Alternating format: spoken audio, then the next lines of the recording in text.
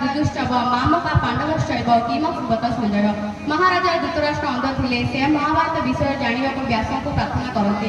व्यास संजय को दिव्य दृष्टि देथिले तेणु संजय धृतराष्ट्र को सब कहिथिले। धृतराष्ट्र पचारिले कुरुक्षेत्र युद्ध हब से तो धर्मक्षेत्र सेठू मोर कौरवसेना और पांडवसेना जाई कौन कले। द्वितीय अध्याय 22 श्लोक सांख्य योग। बासांसी जिन्नानी यथा विहाय नवानी गृहणाति नरुपराणी तथा शरणानी विहाय जिन्ना न्यूनानी संजाति नवानी देहि। जेपरी लुगा पुणा हेले मनुष्य ताकू छाड़ी नुआ लुगा पिंधे सेहीपरि आत्मा गोटे घटरू अन्य घटारे रहे। तृतीय अध्याय कर्मयोग।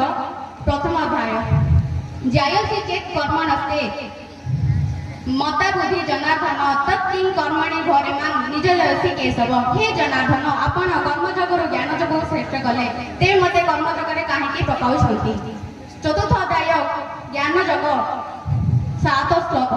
यदा यदा हि धर्मस्य ग्लानिर्भवति भारत अभ्युत्थानं अधर्मस्य तदात्मानं सृजाम्यहम्। हे भारत सत्य धर्म विनाशयी अधर्म बढ़िले मु धर्म रक्षा के संसार को आसे। मोर जाति अजाति किछि नाही ब्राह्मण चौड़ालय भेदभाव नाही समस्ते मोर समान। मो शक्ति बଳରେ अधर्म विनाशयी धर्म भाव पृथ्वी रे जागृत हुए। 8 परित्राणाय साधना विनाशाय च दुष्कृतं धर्म संस्थापनार्थाय समर्पयामि जुगे जुगे। आतताय गर्वी फल कुटिल संसार अमंगलकारी पापी मानक विनाश करी साधु को रक्षा करने पाई मोर शक्ति बल मु संसार को आसे। एठार साधु मान रक्षा करी पापी मान विनाश करी पुनर्भर धर्म स्थापना करे।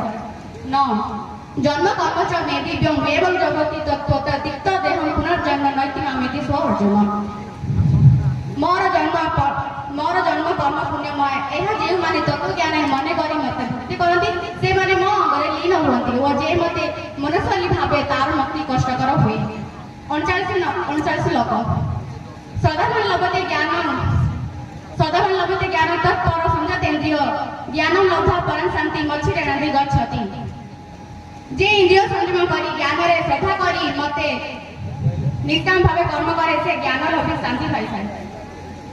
12 अध्याय। धन्यवाद।